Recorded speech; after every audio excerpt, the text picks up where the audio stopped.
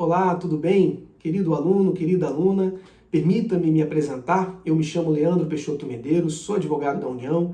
Há mais de 4 anos atuo perante o Supremo Tribunal Federal. Sou graduado em Direito pela Universidade Federal do Ceará e mestrando em Direito Público pela Universidade do Estado do Rio de Janeiro.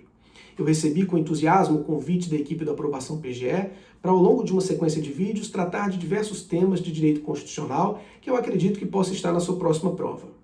Feito esse esclarecimento e feita essa apresentação inicial, e sem maiores delongas, eu lhes digo que o tema que reservei para abordagem hoje é o da mutação constitucional. A mutação constitucional, meus caros, ela tem origem no direito público alemão, na doutrina alemã, em especial com os escritos de Paul Laban e de Georg Jelinek. Ela consiste na alteração informal da norma constitucional, sem qualquer alteração de seu texto. Aqui eu faço um breve parêntese para realizar uma distinção terminológica, que é exatamente a de texto e norma. O texto ele é um enunciado de um dispositivo, seja ele legal, seja ele constitucional.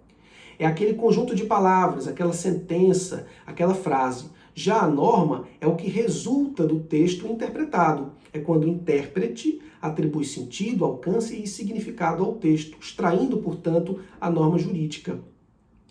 Dito isso, eu lhes falo que com a mutação constitucional muda-se o alcance e o sentido de uma disposição da Constituição, sem que, para tanto, ocorra qualquer mudança formal na redação de um de seus dispositivos.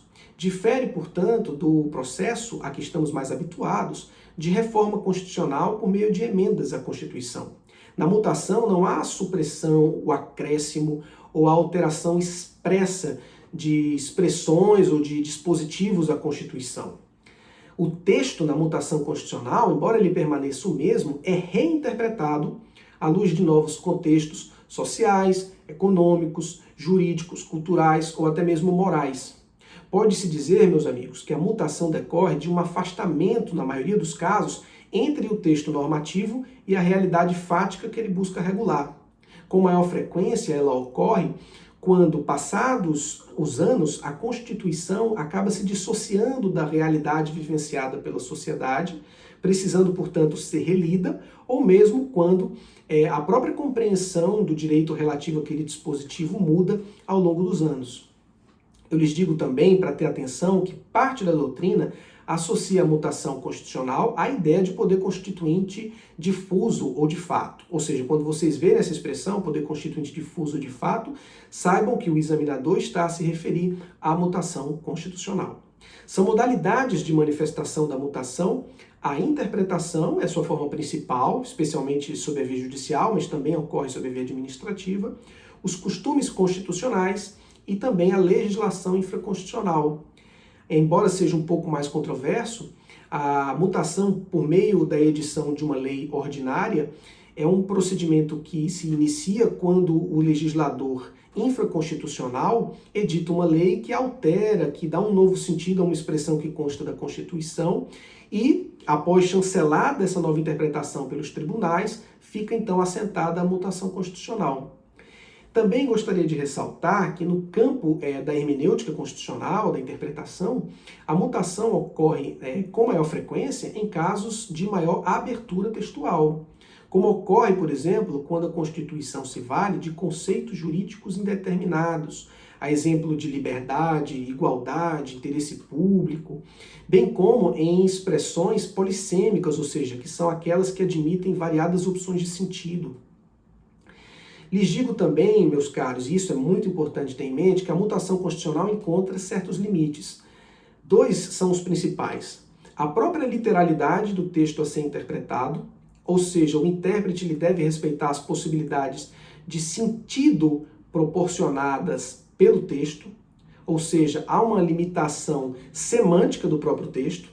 Quando a Constituição diz, por exemplo, que Brasília é a capital federal, não cabe ao intérprete, a pretexto de dizer que teria ocorrido uma mutação constitucional, afirmar que a norma agora seria no sentido de que a capital voltou a ser o Rio de Janeiro, voltou a ser Salvador, por exemplo, porque o texto não admite isso, o texto é expresso.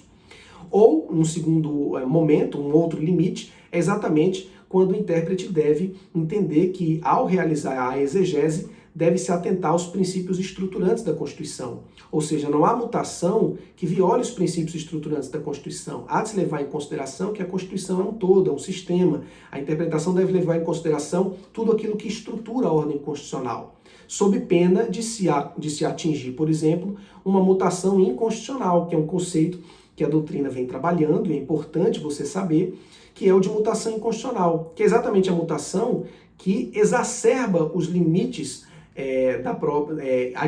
admissíveis para ocorrer uma mutação à Constituição. Quando o intérprete ultrapassa as próprias possibilidades semânticas do texto constitucional, ele incorre em uma mutação inconstitucional. Conrad Hess, por exemplo, diz que onde o intérprete passa por cima da Constituição, ele não mais interpreta, senão ele modifica ou rompe a Constituição. A mutação constitucional é exatamente isso, é a violação da Constituição. E por fim, eu finalizo dizendo, como um exemplo de mutação, é exatamente a decisão do Supremo Tribunal Federal que reconheceu a mesma proteção jurídica das uniões estáveis heteroafetivas às uniões homoafetivas. Essa decisão, portanto, releu o dispositivo da Constituição, que apenas fazia referência às uniões entre homens e mulheres, para entender que a Constituição também protege, também garante os mesmos direitos às uniões homoafetivas. Essa é a minha contribuição de hoje, espero ter ajudado. Obrigado.